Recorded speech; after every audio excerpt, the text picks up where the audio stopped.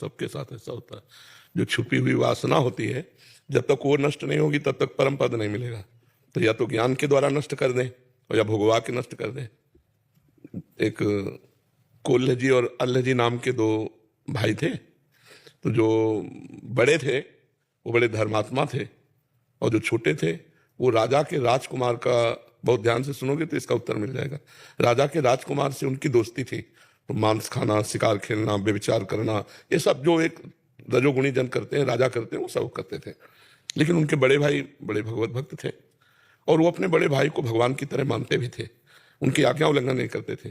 तो एक दिन बड़े भाई ने कहा, यार तुम अपना जीवन बर्बाद करते हो, चलो ना द्वारिकाधीश के दर्शन करते हैं।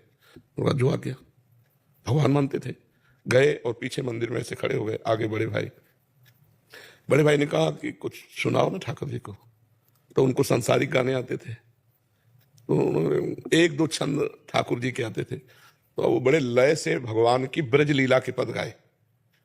जी गाए तो द्वारिकाधीश ने कहा, वाह वाह वाह वाह। तो उनके बड़े भाई को लगा कि जीवन हो गया सुनाते हुए, कभी नहीं बोले वाह वाह, मांस खाता है, गंदे आचरण करता है, और एक पद सुना दिया, वाह वाह बोल रहे ठाकुर जी। ये तो सह गए, वाह वाह सुनना, उन्हीं को सुनाई दिया ठाकुर जी ने वाह वाह कहा। थोड़ी देर में द्वारिकाधीश का पुजारी आया और कहा, छोटे भाई का नाम जो कि वो कौन से है? तो उनका पीछे, तो उनका नहीं, भगत है हमारे बड़े भाई। बोले नहीं, ठाकुर जी आपके लिए प्रसाद दिया। उनके गले में माला डाला, उनके हृदय में बड़ी जलन हुई कि मतलब वो पद जरा सा गा दिया तो वाह वाह कह दिया, उसके लिए प्रसाद भेजा ठाकुर जी का। और वो कह रहा कि हम इतने, हमारे भैया भगत हैं, इनको दीजिए। ईर्ष्या बहुत सूक्ष्म वस्तु होती है, उनको बहुत ईर्ष्या लगी। ठाकुर जी से कहा, तुम्हारे लिए पूरी जिंदगी दी और तुमने हमें प्यार नहीं दिया, और ये पाप करता है फिर भी इसको इतना प्यार दिया। ध्यान से सुनना। वो गए समुद्र में कूद गए कि मैं प्राण करूंगा। जब समुद्र में कूदे तो भगवान के पार्षद उनको दिव्य द्वारिकापुरी ले गए। तो जो हृदय की जलन थी द्वारिकाधीश के दर्शन करके शांत हुई। दिव्य भगवान का रूप। भगवान ने कहा, लाओ प्रसाद लाओ।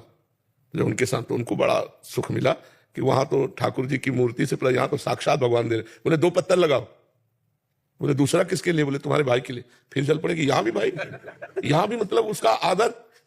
तो उन्होंने भगवान से कहा कि यहां भी उसका इतना आदर। तो बोले तुम अभी इसी जन्म के भगत हो, वो पूर्व जन्म से, कई जन्म से भजन कर रहा है।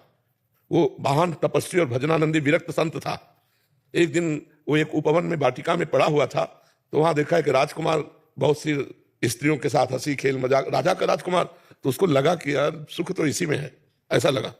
तो केवल एक वासना, सुख इसी में है। अगला जन्म हुआ और राजकुमार का संग मिला और सब वो भोग मिले। तो उन्होंने कहा, मेरा भक्त है इसलिए मैंने केवल एक छूट दी है कि उसकी वासना का नाश हो जाए। तुम